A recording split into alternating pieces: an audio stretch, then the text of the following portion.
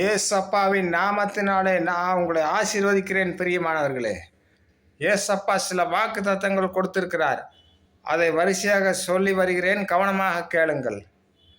அவன் வியாதியா, பிரச்சனைகளா? அப்பத்தையும் தண்ணீரையும் ஆசீர்வதித்து வியாதியை உங்களொட்டு விளக்குவேன் என்றார். அப்படியாக கேளுங்கள் ஏசப்பாவிடத்தில்.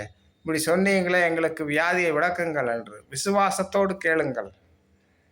ரெண்டாவது, உலகத்தின் முடிவு பரியந்தம் நான் உங்களுடனே கூட இருப்பேன் என்று சொன்னீர்களே, என்னோட இருங்கப்பா, எங்கே போனாலும் என்னோட வாருங்கள் அப்படி என்று அவரிடத்திலே கேளுங்கள் பிரியமானவர்களே. அவர் வாக்குத்தத்தத்தில் உண்மையுள்ளவர்.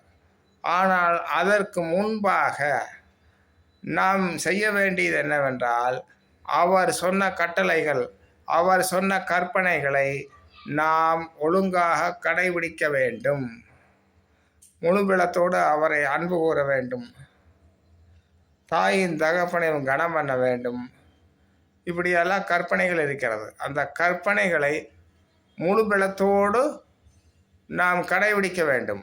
அது ஒன்று ரெண்டு தவறு இருந்தாலும் ஏசப்பாகிட்ட மன்னிப்பு கேட்டு, வாக்குத்தத்தத்தை புதுப்பிங்க ஆண்டவரை, என்னோடு இருங்கள், அப்பத்தையும் தன்னையும் ஆசீர்வதித்து வியாதியை விளக்குவேன் என்று சொன்னார். இஸ்ரவேல் ஜனங்களுக்கு நடந்து போகும் பொழுது செருப்பு தேயவில்லை, துணிகள் அழுக்காகவில்லை பிரியமானவர்களே. மன்னா கொடுத்தார் வானத்திலிருந்து. அதே போல இந்த புதிய ஏற்பாட்டிலும் ஏசப்பா நம்மளை ஆசீர்வதித்து கொண்டிருக்கிறார். விசுவாசம்தான் வேண்டும். விசுவாசத்துடன் கேளுங்கள், கற்பனைகளை கடைபிடியுங்கள். ஏசப்பா உங்களோடு இருக்கிறார்.